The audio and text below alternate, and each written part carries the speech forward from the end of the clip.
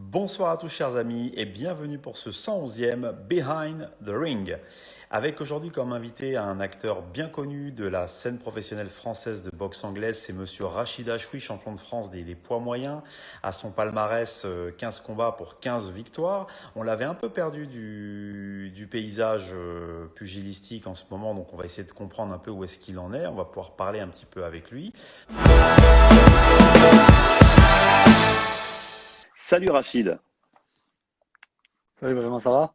Ouais, ça va et toi? T'as La la forme? forme? Ouais, ça va, merci. Super. Ouais. Bah écoute Rachid, ravi de te voir. Ça faisait un moment qu'on ne t'avait vu.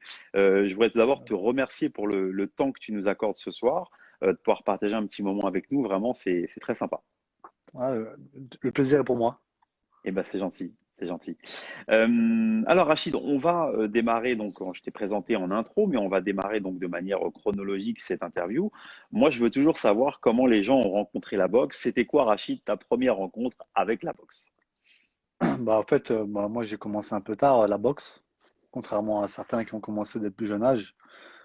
J'ai été amené, enfin, je suis arrivé sur les sports de combat avec les arts martiaux. Oui, Puis voilà, et puis au fur et à mesure, voilà, à 18 ans, on va dire, j'ai commencé la boxe, ouais. Bon, après, c'était plus un délire, ouais, enfin, un délire avec des potes au oui, début. Et puis voilà, au fur et à mesure, ça commence à devenir sérieux, quoi. Mais bon, j'ai toujours été attiré par les sports de combat en général, que ce soit les arts d'accord. martiaux ou les différentes boxes, quoi. Ok, super. Ouais. Alors, un point intéressant, Rachid, comment s'est fait la transition donc, entre le fait d'essayer la boxe et de dire je vais faire de la compète? Qu'est-ce qui a déclenché l'envie d'aller faire de la compétition? En fait, je dirais c'est une mentalité que j'ai depuis tout petit, dans le sens où c'est soit tout ou rien, en fait. Oui, Où je me dis pas, je fais quelque chose, que ce soit à l'école, ou que ce soit dans le boulot, ou que ce soit bah, à la boxe. oui, Je fais pas les choses à moitié. Ça veut dire qu'à partir du moment où je m'investis dans un domaine, bah, j'essaie d'être le plus sérieux possible, on va dire. Donc d'accord. voilà, surtout un sport comme la boxe, voilà, on n'a pas trop le choix d'être sérieux, sinon voilà quoi, ça peut vite, voilà, on va dire avoir des soucis quoi. Absolument. Donc, tu avais besoin, je crois, de te fixer des objectifs, pour le coup. Bien sûr, bien Ouais, sûr. ouais. Voilà. Au début, ça a commencé par déjà boxer en amateur, puis au fur et à mesure, voilà, et puis on va dire à partir de 5 ans de boxe amateur, voilà, je suis passé professionnel. Ouais, Puis j'avais pas spécialement d'objectif en pro, voilà, c'était juste me faire plaisir. Puis voilà, j'avais gagné le critérium et au fur et à mesure, du coup, j'ai été amené à disputer le championnat de France.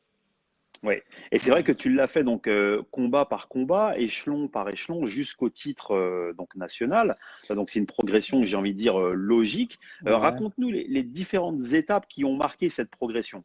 Bah, en fait, ça a été compliqué dans le sens où bah, j'étais challenger pendant très longtemps, Mhm. sans boxer. Donc, du coup, j'étais challenger pendant presque 1 an et demi, voire 2 ans, où j'ai pas boxé, en fait. Oui. C'est-à-dire, bah, avant mon titre, hein, j'ai pas boxé. Donc, voilà, c'était assez dur. Bah, je voulais carrément arrêter la boxe à ce moment-là, en fait. Mais bon, Mhm. je me suis dit que je pouvais pas arrêter tant que j'ai pas eu au moins la ceinture de champion de France.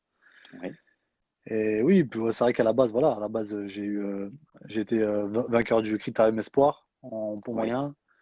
Ensuite, j'avais disputé le tournoi de France. J'ai pas fait la Coupe de la Ligue. Et puis, avec mon promoteur de l'époque, Malamine Koné, Oui. enfin, il a réussi à me faire un combat contre Francis Tiafoe, en fait. Francis Tiafoe qui Oui. était très bien placé dans les classements. Et puis voilà, l'ayant battu, bah, j'ai réussi à me classer premier, je crois, ou deuxième. Et ensuite, voilà, j'ai attendu ma place, quoi. Enfin, j'ai attendu qu'on m'appelle pour faire un championnat de France. D'accord. Et voilà. C'est à ce moment-là que j'ai Très bien. attendu, voilà. C'est à ce moment-là que j'ai attendu, on va dire 1 an et demi, ouais, j'avais attendu à ce moment-là.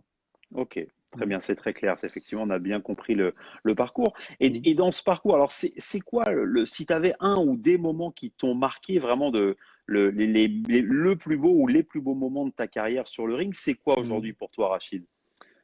Bah, sans parler de mon titre de champion de France, puisque en fin de compte, bien évidemment, Ça marque, ouais. voilà, c'est le meilleur moment. Je dirais peut-être mon premier combat pro, tu Ouais. vois. Voilà, je dirais peut-être mon premier combat pro parce que effectivement, voilà, bah, ça marque toujours. C'est assez particulier Normal, quand ouais. même de boxer. Voilà, je dirais mon premier combat pro, sans parler des stages ou des rencontres que j'ai fait, mais dans la boxe, je dirais plus, ouais, je dirais mon premier combat pro. Ouais, c'est ça. Ouais. Ouais. C'est souvent, comme tu le dis, assez Ouais, marquant. Ouais. c'est ça, ouais, je m'en souviens, je m'en souviens très bien, ouais. Ça a été à Dreux, ouais, je m'en souviens très bien. Ouais. Ouais. Et c'était comment pour la blague? C'était un combat engagé ou c'était plutôt posé, Non, tactique? C'était franchement, comment? non, non, c'était un combat, on va dire, voilà, un premier combat pro. J'avais gagné avant la limite, il me semble, oui, j'avais gagné avant la limite. Mhm. Et voilà, non, c'était pas du tout engagé, c'était juste Ok. pour, entre guillemets, me faire la main, quoi. Ouais, je comprends. Je comprends. Ouais.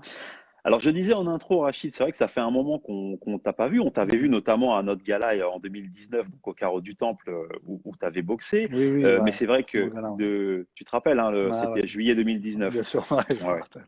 Ouais. Et donc depuis ce jour-là, c'est vrai que le Covid est arrivé après ça. Donc c'est vrai qu'il y a eu pas mal de chamboulements dans Mm. la vie de beaucoup de boxeurs. Effectivement, ouais. Euh, T'en fais partie. Mm. Raconte-nous ce qui s'est passé pour toi au moment où le Covid est arrivé et le confinement. En fait, moi, j'ai eu mon titre de champion de France fin janvier 2020.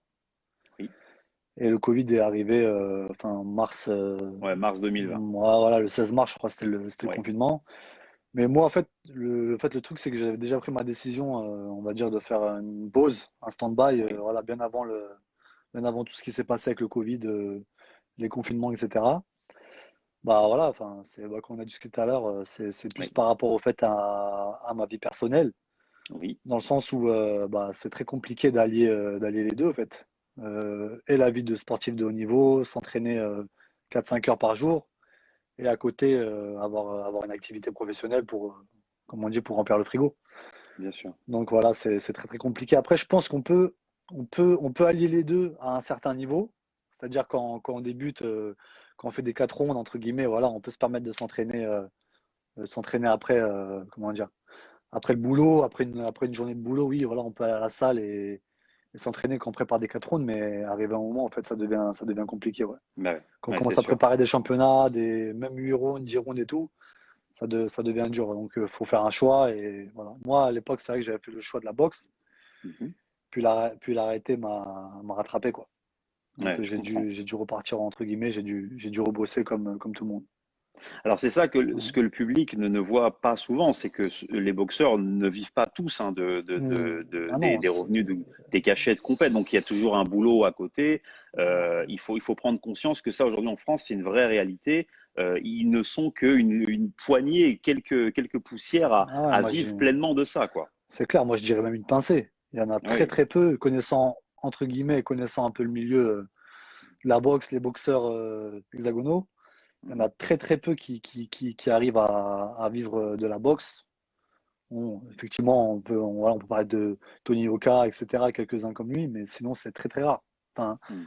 peut-être des boxeurs qui sont au top niveau mondial, on peut dire Bali, Michel Oui. Soro, Goulamirian. Soro, oui, c'est ça, oui. Voilà, et effectivement, voilà, eux, c'est des boxeurs qui sont au niveau mondial, mais je pense que tout le reste, enfin, voilà, les 99,9% des boxeurs allient une activité avec leur sport, quoi. Exactement. Alors, il y Ouais. a une espèce aussi d'ingratitude parce qu'on connaît ce qu'est la boxe, sport Mm. dur par excellence, qui demande beaucoup d'investissement. Et c'est vrai que si tu le fais pas à fond à un certain niveau, comme tu l'as dit, ça devient impossible, tout simplement. Bah, au fait, c'est un choix qu'on s'impose à soi-même, dans le Oui, sens où on peut pas demander la lune, admettons, on va dire, voilà. Euh, Quand un boxeur français va boxer à l'étranger, admettons aux États-Unis, et quand il boxe aux États-Unis, tout le temps on voit ça comme un exploit s'il a gagné. mm, Mais par contre, quand les Anglais boxent aux États-Unis, quand ils gagnent aux États-Unis, c'est pas un exploit. bien Pourquoi? Parce sûr. que le Français, bah, la journée, il sera au boulot, le soir, il va s'entraîner à la salle, et effectivement, s'il gagne contre un boxeur américain qui, lui, s'entraîne H24, bah oui, là, c'est un exploit de gagner. Mais en vérité, on a deux bras, deux jambes, parce que je dis à tout le gens, on a deux bras, deux jambes comme n'importe qui. C'est juste les moyens qui manquent, on va dire, en France. Bien Ça veut sûr. dire que si on donnait les moyens aux boxeurs français de s'entraîner et de faire que ça, alors, il y aurait forcément plus de boxeurs français au niveau mondial et il n'y en aurait pas que 4 ou 5, quoi. Et je crois que culturellement, les pays que tu évoques, les anglo-saxons, ont cette vraie culture du Ah ouais, sport du très haut niveau, et puis une culture aussi de la boxe qu'on n'a pas bien aussi en sûr, France, faut être bien clair. sûr, bien sûr. Bah, en fait, moi, je suis parti quelques fois en Angleterre pour quelques semaines, voilà, une fois de temps en temps, je partais en Angleterre avec un ami. Et puis on partait mettre les gants un peu dans les salles là-bas. Mhm. Et là-bas, au fait, ça a un peu changé ma mentalité dans le sens où là-bas, très tôt, c'est-à-dire dès le quatrième ou le cinquième combat, en fait, ils mettent tout de côté. Ils sacrifient plus ou moins pour la Oui. boxe. Et voilà, ensuite, après, voilà, on connaît les résultats qu'ils ont. On sait très bien la place des Anglais au niveau mondial. C'est une des meilleures nations de boxe. Et donc, voilà quoi. Après, effectivement, là-bas aussi, c'est pas la même mentalité dans le sens où ils arrivent à plus facilement trouver des sponsors. Eh oui, Et ça fait, on va dire, partie de la culture. c'est vrai. C'est Donc, vrai. Une espèce voilà. de solidarité aussi pour tous les Ouais, amateurs de c'est sport ça. qui se créent, qu'on a du mal à voir aussi en France. On a bien compris le constat, Rachid. C'est ça. Le, alors aujourd'hui, si on parle un petit peu de l'avenir à moyen long terme, Mhm. est-ce que c'est un arrêt définitif? Est-ce que tu es en pause? Est-ce qu'on aura la chance de te revoir sur le ring? Et est-ce que tu te maintiens depuis? Je me maintiens, je me maintiens. Bon, c'est assez difficile vu que je fais un boulot qui est assez prenant Hmm. enfin voilà, comme je t'ai dit dans le bâtiment, on va dire. Oui. Je fais un boulot qui est assez prenant, donc voilà, j'essaie de me maintenir au mieux et j'espère revenir en fait. J'espère vraiment revenir Hmm. sur le ring. Mais contrairement en fait à avant mon championnat de France, la boxe n'est plus la priorité. Malheureusement, je Oui. peux plus me permettre que ce soit la priorité. Ça veut dire si, admettons, voilà, au niveau professionnel, j'arrive à adapter quelque chose et pouvoir m'entraîner correctement, et bah voilà, je reviendrai avec plaisir. Sinon, malheureusement, bah ça annonce la fin. Puis voilà, j'ai connu de belles choses. Voilà, je suis pas dégoûté de ma carrière. Je pense avoir fait une Mhm. belle petite carrière, même si voilà, même si Oui, bien sûr. c'est pas réellement ce que j'aurais voulu faire. Mais c'est comme ça, c'est la vie. On n'a pas toujours ce qu'on veut. Et puis voilà, on essaiera de se rattraper autrement. Exactement. Alors, Mm. la boxe était en position numéro un dans tes priorités, elle Ouais, passe ouais, ouais, en numéro 2, c'est ça. mais néanmoins, tu ne rayes pas Ah l'amour que non, tu as pour la boxe. pas du tout. Je ferme pas la porte je ferme pas la porte à un retour. J'aimerais bien bah, revenir, hein, mais faut que je puisse aussi m'entraîner convenablement, puisque voilà, moi en fait, je suis pas le genre de, malheureusement, mais il y a beaucoup de boxeurs qui cumulent les défaites et et Ouais, se posent la question pourquoi? Pourquoi ils cumulent les défaites? Mais mon ami, si tu te lèves à 6 heures du matin et que tu rentres chez toi à 18 heures, tu prends ton sac et tu vas à la salle, c'est compliqué de performer, en fait, en ayant impossible. une Ouais. vie comme ça. Donc, voilà, arrive au moment, il faut faire un choix. Moi, ce choix, je l'avais fait de la boxe. Maintenant, c'est le choix du boulot, c'est tout. Mm.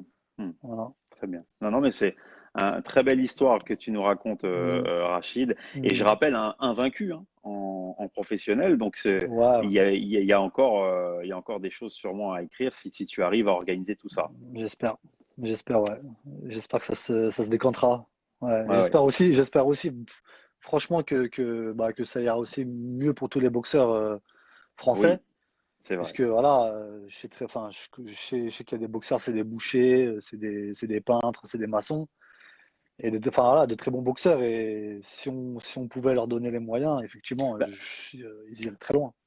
Ce que tu racontes, Rachid, c'est vrai qu'aujourd'hui tu parles pour toi, mais tu parles aussi pour toute une Ah, population de boxeurs je parle qui pour sont très, quatre, c'est la grande majorité je parle pour la des totalité des gens. Hein. boxeurs. Ouais, je parle pour Ouais, la totalité des boxeurs. Je parle pour donc c'est 99% des boxeurs. C'est pas évident. Ouais. C'est pas évident. Ou on va dire, ils bloquent généralement, ils bloquent au niveau européen. Tu vois, au niveau ouais, européen, c'est ça. on Mm. peut s'en sortir et tout, ouais, à la rigueur.